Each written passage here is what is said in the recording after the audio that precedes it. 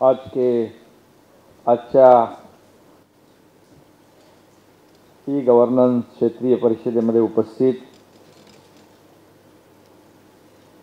केंद्र सरकारचे DARPGचे secretary we श्रीनिवासनजी, आमचे मुख्य सचिव मनुकुमार श्रीवास्तवजी, additional chief secretary Sujata Saunik madam, principal secretary Parag Jain, additional secretary government of India Amarnath ji, सर्व मान्यवर समोर आमचे स्वाधीन क्षत्रिय जी आहेत, बक्षी जी आहेत, सुरेश जी आहेत, जैन जी आहेत आणि सर्व मान्यवर,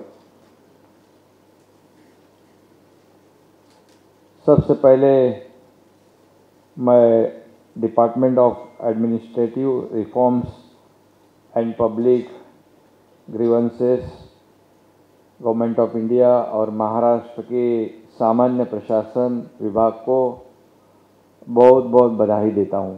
आप सभी लोगों को शुभकामनाएं देता हूं। मुझे इस बात की खुशी है कि 1 महीने पहले हम लोगों ने एक बैठक ली थी और उसमें तय किया था इस ई गवर्नेंस विभाग में हम ऐसा कुछ करें कि आदरणीय प्रधानमंत्री मोदी जी की जो सोच है उसका फ़ायदा पूरे देश को हो, सभी राज्यों को हो। और 1 महीने के भीतर ही ये आज की कॉन्फ्रेंस यहाँ पर हो रही है, इसलिए मैं गवर्नमेंट ऑफ इंडिया के और हमारे महाराष्ट्र शासन के सभी अधिकारियों को बहुत बहुत धन्यवाद देता हूँ, उनका अभिनंदन करता हूँ। नेशनल और स्टेट के संगठनों को आपने इस परिषद के माध्यम से एक मंच पर लाने का प्रयास किया है। इसका हमें सभी लोगों को समाधान है और आनंद भी है, खुशी भी है कि इस कॉन्फ्रेंस में एडमिनिस्ट्रेटिव रिफॉर्म्स, ई गवर्नेंस, सुशासन आदि विषयों पर सिर्फ चर्चा नहीं होगी, बल्कि यहाँ पर हमें ई गवर्नेंस के अलग अलग मॉडल्स देखने को मिलेंगे और एक दूसरे से सीखने को भी मिलेगा। आइडियाज़ को शेयर यहाँ पर एक दूसरे को शेयरिंग होगी और इसका लाभ सभी राज्यों को होगा। यहाँ पर 30 राज्यों के लोग यहाँ आए हैं और यूनियन टेरिटरीज के लोग हैं, सभी लोग यहाँ मौजूद हैं। गवर्नेंस का अर्थ है प्रशासन, और जब प्रशासन की बात आती है तो उसमें अधिकारों की बात आती है। अगर हम प्राचीन भारत को देखें तो उस वक्त भी प्रांतीय, प्रादेशिक और जिला प्रशासन की सिस्टम थी। पूरे प्रदेश को अलग अलग क्षेत्रों में विभाजित किया जाता था। छत्रपति शिवाजी महाराज केवल एक महान योद्धा नहीं थे, बल्कि वे एक कुशल प्रशासक भी थे। उन्होंने ठोस सिद्धांतों के आधार पर अपनी शासन व्यवस्था विकसित की थी और इसीलिए वे एक निरंकुश सम्राट के बजाय लोक कल्याणकारी शासक के रूप में बहुत ही परिचित, लोकप्रिय थे और हमारे सामने उनका जो इतिहास है, और आज भी यही सिद्धांत हमारे देश के प्रशासन का केंद्र बिंदु है। हम सब जानते हैं ब्रिटिश राज में लोकल और रीजनल प्रशासन का विकास हुआ। संसदीय शासन और संघीय ढांचा ब्रिटिशों के लिए एक विरासत थी, लेकिन ब्रिटिश काल में अपने देश का प्रशासन लोकहित के लिए कम और इंग्लैंड में बैठे स्वामियों के लिए हित में ज़्यादा था। यह हमें सबको पता है। स्वतंत्रता के पहले पुलिस राज था, स्वतंत्रता के बाद जनहितकारी प्रशासन हमारे व्यवस्था का आधार बन गया। लोगों के सहभाग को महत्व प्राप्त हुआ पब्लिक पार्टिसिपेशन को बहुत ही महत्व आया और आज पब्लिक पार्टिसिपेशन यही हमारी एडमिनिस्ट्रेशन का मूल मंत्र बन चुका है। आज जब हम ई गवर्नेंस की बात करते हैं, लेकिन यह सब तभी सफल होगा जब लोगों का, जनता का पूरा सहभाग इसमें हमें मिलेगा। और इसलिए हमें हमारी कोशिश यही रहनी चाहिए। ई गवर्नेंस से हमें स्पीड तो ज़रूर मिलेगी, लेकिन केवल स्पीड से भी काम नहीं चलेगा। सामान्य लोगों के जीवन में समाधान और खुशी मिले, उन्हें न्याय मिले, ऐसी व्यवस्था हम आज के गवर्नेंस में चाहते हैं और इसकी ये शुरुआत है, ऐसा मैं कहूँगा। मैंने हाल ही में ई ऑफिस प्रणाली का रिव्यू भी लिया है। सभी सरकारी दफ्तरों में 1 अप्रैल से हम ई ऑफिस प्रणाली शुरू कर रहे हैं। ये हमारे लिए बहुत बड़ी बात है। इससे राज्य के सभी दफ्तरों में स्पीड से काम हो जाएगा और पेपरलेस भी हो जाएगा। और जो लोगों के मन में जो भाव है कि सरकारी काम जल्दी होता नहीं, फाइल का बहुत प्रवास बहुत दिन चलते रहता है और इससे बहुत ही एक अंजाम के रूप में हम लोगों की मदद कर सकते हैं। ई ऑफिस का उपयोग करना शुरू कर देंगे तो फाइलें और डॉक्यूमेंट स्मार्टफोन्स पर भी देख के और स्वीकृत किए जा सकते हैं। अभी हमारे प्रेजेंटेशन में भी उसका अनुभव आपने लिया है। अभी मेरे पास या हमारे मंत्री महोदय जी के पास आने वाली फाइलें 8 अलग अलग लेवल से घूमती हुई आती है।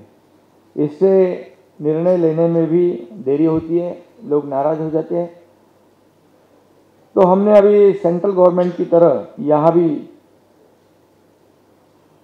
फाइलें जो है ज़्यादा से ज़्यादा 4 लेवल्स पर भेजने का निर्णय लिया है। वैसे निर्देश भी हम लोगों ने दिए हुए हैं। महाराष्ट्र में 450 सेवाएं ऑनलाइन दी जा रही है, उससे भी बढ़ाने की कोशिश हमारी शुरू है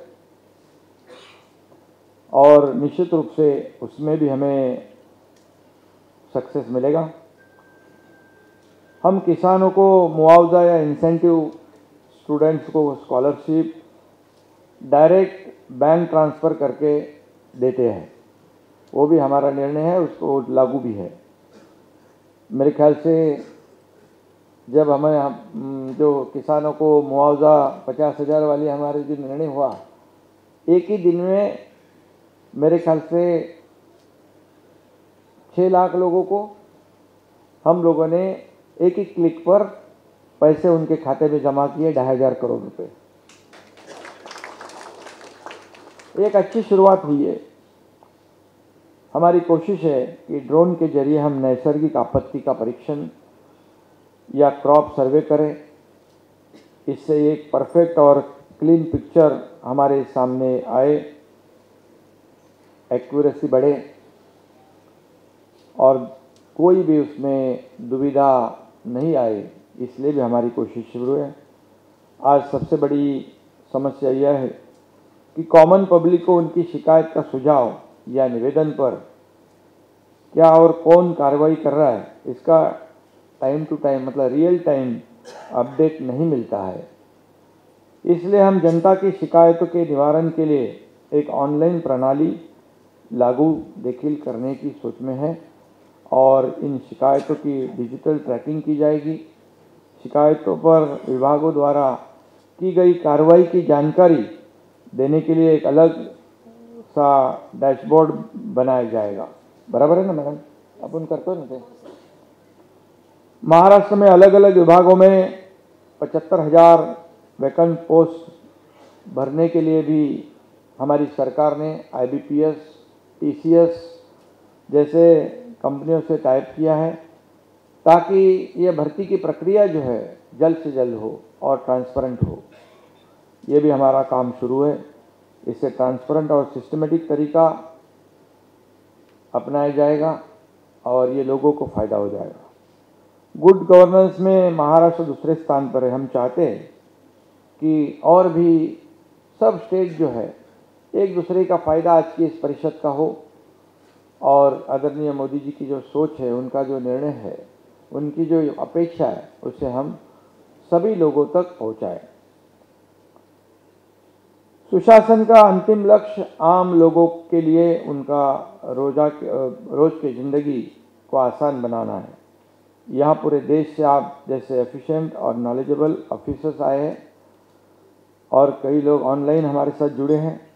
2 दिन यहाँ हम ई गवर्नेंस के प्रति अलग अलग मॉडल्स देखने वाले हैं। एक दूसरे से सीख कर, एक दूसरे के से आइडिया शेयरिंग कर कर हम यहाँ से जाएंगे, तब आपके अपने अपने प्रांतों में आम जनता के कल्याण को ध्यान में रखकर सिस्टम्स बनाएंगे और उस सिस्टम का फ़ायदा अपने अपने राज्य के लोगों को होगा, अपने अपने राज्य की जनता को होगा। यही इस परिषद का सही मायने में मकसद है।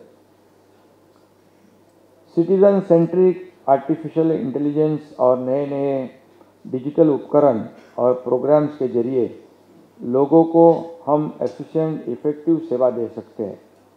यह भी इसी का उद्देश्य है। इस देश में, हमारे भारत में तकनीकी दशक वाले दृष्टिकोण को सशक्त और व्यापक रूप से डिजिटलीकरण को बढ़ावा देकर साकार किया जा सकता है। अभी आदरणीय प्रधानमंत्री जी का मैसेज भी हम लोगों ने देखा है, सुना है। प्रधानमंत्री आदरणीय नरेंद्र मोदी जी ने हमें अधिकतम शासन न्यूनतम सरकार का मंत्र दिया है। इस दिशा में हमें काम करना है और मुझे विश्वास है कि स्वतंत्रता के अमृत महोत्सव वर्ष में हम दुनिया का सबसे बढ़िया नागरिक केंद्रित ई गवर्नेंस मॉडल बनाएंगे। ऐसी सभी लोगों की कोशिश होनी चाहिए। G20 हमारे देश को प्रेसिडेंटशिप मिली है, यह भी हमारे लिए गौरव की बात है और हमारे देश की अर्थव्यवस्था को इतनी ऊंचाई पर आदरणीय प्रधानमंत्री जी ने ले रखा है और देश की प्रगति और विकास दुनिया के नज़र में लाने का काम आदरणीय प्रधानमंत्री जी ने किया है। इसीलिए तो हमें G20 का प्रेसिडेंटशिप मिला है और हमारे पूरे देशवासियों के लिए ये गौरव की बात है। हमारे महाराष्ट्र को भी मौका दिया है प्रधानमंत्री जी ने, अन्य कई स्टेट है उनको भी मौका मिला है। महाराष्ट्र में भी हमारे प्रोजेक्ट है, इंफ्रास्ट्रक्चर है, हमारे राज्य का ब्रांडिंग है, शोकेसिंग है, ये करने का मौका भी ये G20 के माध्यम से हमें मिला है। इसलिए आदरणीय प्रधानमंत्री जी को मैं धन्यवाद भी देना चाहता हूँ। मैं पिछले हफ्ते दावोस भी गया था प्रधानमंत्री जी के मार्गदर्शन में। वहाँ पर भी देखने को मिला कि हमारे देश के प्रति बहुत ही सम्मान और आदर दिखाई पड़ा। कई देशों के प्रमुख लोग थे, कई देशों के मान्यवर लोग थे वहाँ पर, और प्रधानमंत्री जी के बारे में, हमारे देश के बारे में एक विश्वास उनके मन में दिखाई पड़ा। और महाराष्ट्र में भी 1,55,000 करोड़ के MOU साइन हुए। ये भी हमारे लिए बहुत बड़ी बात है। मैंने उनको कहा था, we have huge potential for industrial development, we have good infrastructure, good connectivity, skill man power, ऐसी सभी जो चीज़ें हैं, आवश्यक बातें हैं इंडस्ट्रियल डेवलपमेंट के लिए हमारे पास है। और निश्चित रूप से इतने बड़े पैमाने पर MOU साइन भी हुए। कई लोग मुझे मिले वहाँ पर, उन्होंने कहा भी हम मुंबई में, महाराष्ट्र में आकर आपके साथ काम करेंगे। यह भी हमारे लिए बड़ी बात है। कई अन्य राज्यों के लोग भी थे, उनके यहाँ भी उन्होंने भी अच्छी कोशिश की और हमारे देश की तरफ से वहाँ पर दुनिया में क्लाइमेट चेंज की भी एक बहुत बड़ा गंभीर प्रश्न है। और मैंने वहाँ पर हमारे आदरणीय प्रधानमंत्री जी ने क्या क्या इनिशिएटिव लिया है, हमारे महाराष्ट्र में क्या इनिशिएटिव लिया है ये क्लाइमेट चेंज के लिए, ये भी हमारी बात रखने का मौका भी मुझे वहाँ पर मिला। और इसलिए सभी जो हम ये जो परिषद यहाँ पर ले रहे हैं, ये बहुत बड़ी बात है। और मैं हमेशा कहता हूँ, we believe in providing accessibility, availability and affordability of government services to common man. और मैं यही इसी पे this are 3 pillars of good governance. और आप जानते हो, इसलिए मैं सबको मिलता हूँ, सभी लोगों से बात करता हूँ। थोड़ा समय मेरा ज़्यादा जाता है, लेकिन जो लोग मेरे पास आते हैं उनको मैं मिलता हूँ, हमारे अधिकारी मिलते हैं, हमारे लोक प्रतिनिधि को मैं कहता हूँ आप भी मिलिए, क्योंकि जब मिलते हैं तो ही तो उनकी बात जो है वो समझ पाते हैं। और समझने के बाद ही सभी 100% तो काम कोई नहीं कर पाता, ना कर पाएगा, लेकिन कोशिश करना यही आने वालों के लिए बहुत बड़ी बात होती है।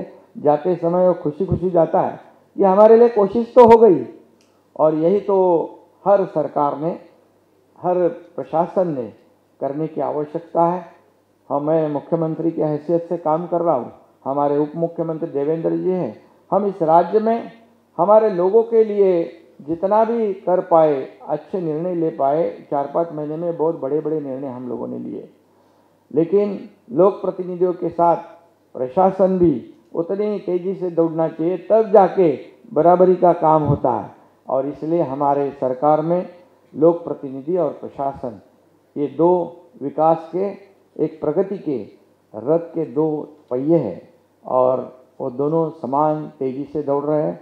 और इसीलिए 4-5-6 महीने के भीतर हमारी सरकार ने आदरणीय प्रधानमंत्री जी के मार्गदर्शन में बहुत बड़े निर्णय लिए हैं। और मुझे इस बात की भी खुशी है कि प्रधानमंत्री जी ने भी हमें कहा है, इस राज्य के विकास के लिए, इस राज्य के प्रगति के लिए, नए नए टेक्नोलॉजी अपनाने के लिए जो भी सहयोग की आवश्यकता है ज़रूर मिलेगी, ऐसा उन्होंने कहा। इसलिए मैं उनको धन्यवाद देता हूँ। और सरकार, केंद्र सरकार के सभी अधिकारी यहाँ आए, उनको भी मैं धन्यवाद देना चाहता हूँ, क्योंकि 1 महीने के भीतर इतने तेज़ी से ये सब हो गया। और ये छोटी बात नहीं है, ये बड़ी बात है। और इसलिए एक शुरुआत अच्छी हुई है, और आगे भी हम साथ साथ मिलकर काम करेंगे। सभी राज्यों के सभी प्रमुख लोग भी, सभी, उनसे भी मेरा निवेदन है कि हम एक दूसरे की आइडिया शेयर करेंगे। क्या हमारे यहाँ होता है, क्या आपके यहाँ नहीं होता है, क्या आपके यहाँ होता है, हमारे यहाँ नहीं होता है। ये निश्चित रूप से इस परिषद के माध्यम से हमारे को ज्ञात होगा। और इसका फायदा आखिर में क्या है, आखिर में हम सरकार किसके लिए चलाते हैं? सरकार हमारे राज्य की जनता के भलाई के लिए चलाते हैं, उनके लिए अच्छे निर्णय लेने के लिए चलाते हैं। यही तो हमारा मकसद है। और इसीलिए इस परिषद में हमें सफलता मिलेगी, और निश्चित रूप से ये परिषद 2 दिन की ये कामयाब होगी, ऐसी अपेक्षा मैं करता हूँ। आप सभी लोगों को फिर एक बार धन्यवाद देता हूँ, शुभकामनाएं देता हूँ, बधाई देता हूँ। जय हिंद, जय महाराष्ट्र।